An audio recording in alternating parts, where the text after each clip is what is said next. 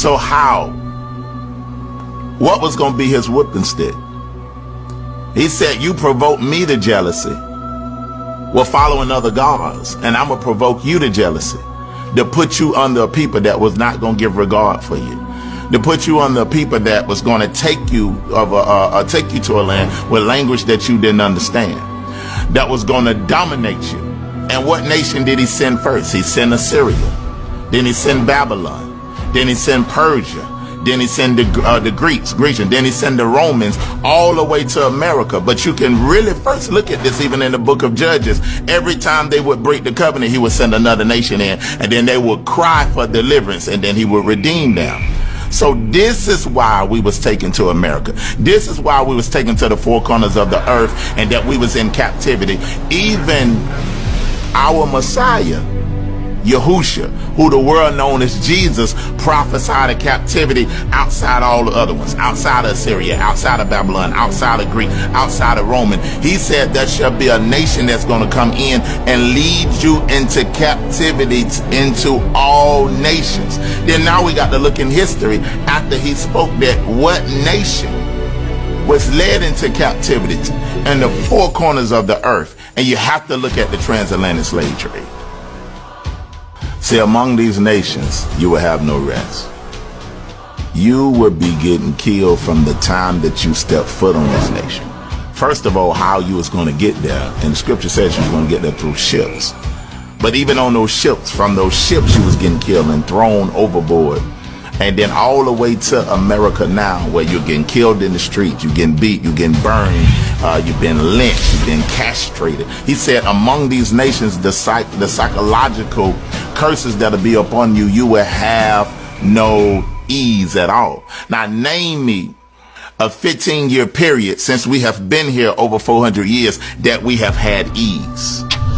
Through every time period, we have been persecuted. Every time period, we have been killed. Even up to the day in 2020, we still have to declare Black Lives Matter, because the same thing that was going on when we first got here is still going on now. We still have chains upon us, letting us know that this is the consequences from an ancient oath that we made, that we're dealing with now.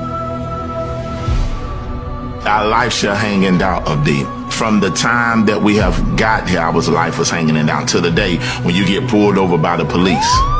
Your life is hanging in doubt. You don't know whether to reach for your license, whether to reach for your registration, because everything that we have tried to do to comply, we have been killed for. Eric Garner, Trayvon Martin, George Floyd, all these different aspects of things that we have been tried to do, our life will hang in doubt, not even just with oppressors, but even with ourselves and our own neighborhoods, walking through our own neighborhoods. What? Because of the curses, like the scriptures say, oppression makes a wise man mad. It was a point in time throughout our history that we was wise people, but oppression has made us killers of our brothers, murderers of our sisters, where our life hang in doubt of us even in our own neighborhoods. We are getting international terrorism through other nations, and then domestic terrorism within our own neighborhoods. The scriptures is speaking for itself.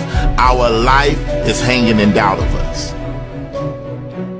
See, the scripture said that we shall betroth a wife and another man shall lay. Can you imagine marrying a woman and a slave owner owns her, that treats her like his property? So even on your wedding night, he comes in and takes his property, have sex and rape her, like the scripture said, and you were having no might or no power in your hand to do it. He put his imprint on her. But that was spoken of in ancient times, that this would happen, that the Most High was just saying, if you just keep my covenant, I will keep you from these things. He's saying that you will plant a vineyard and you would not gather the grapes. That was foreign to our people. Because every vineyard in ancient times that we planted, we gathered the grapes. It was for our people. But to plant a vineyard, cotton, tobacco, sugarcane, all these things where big businesses and the wealth of America was built off this thing, we received nothing for it. So this is what the scripture was explaining. These are the curses that we ain't just pulling out of nowhere. This stuff is real that you can see, that's supposed to get your attention and ask, why is these things happening? And it'll return you to the same book that you've been rejecting. Your identity, even the curses of your identity. The scripture says that you would discontinue from your heritage. What's in your heritage? Your language, your customs, your culture, all these things that said you would discontinue from. You'll be a people wondering who you are, where your identity and nationality is changing every 2 years. First you black, then you colored, then you Afro-American, then you African-American. What's going to be our next nationality in the next years? But the scriptures prophesied that we wouldn't know that, because we broke an oath that was passed down to our lineages. Our sons and our daughters was given to another people. And we see what happened in history. All we got to do is look in history and see that the Bible is revealing itself. The scriptures is revealing what happened. That we was put on auction blocks. That children that we birthed were sent to other nations for us to never to see them again. Was given to another people. All the way to the day it's still happening, where our sons is being given to another people, is being imprisoned, and all these things are happening just as the book proclaimed that it would happen. Are these not the curses of what Deuteronomy 28 and what the scripture spoke of? Are we not seeing this in reality all the way up to 2020? How can you deny what you're reading? But the scripture said that we'll have eyes that we wouldn't see and ears that we wouldn't hear, that it'll be right in your face and you still can't see it. It'll be the words be put to your ear and you still won't have no resolve in it. Look how specific the scriptures are.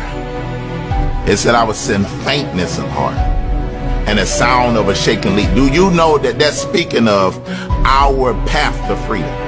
That's speaking of the Underground Railroad, where you would be asleep and a sound of look how specific the scripture is saying, that the sound of a shaking leaf will have you to tremble when nothing is pursuing you. What is happening? A fox or something will come out the woods. We sitting there trying to get the freedom, waiting, hiding out, and then it'll be faintness in our heart when these things happen. Look how specific these curses is to let the people of the covenant know that you broke a covenant and you have an Elohim that's pursuing you. This is your route back to the ancient path, to your ancient God, of people that didn't know who their God was, didn't know who their culture was, didn't know who their religion was. Another curse is that you would follow gods that neither you or your fathers have known.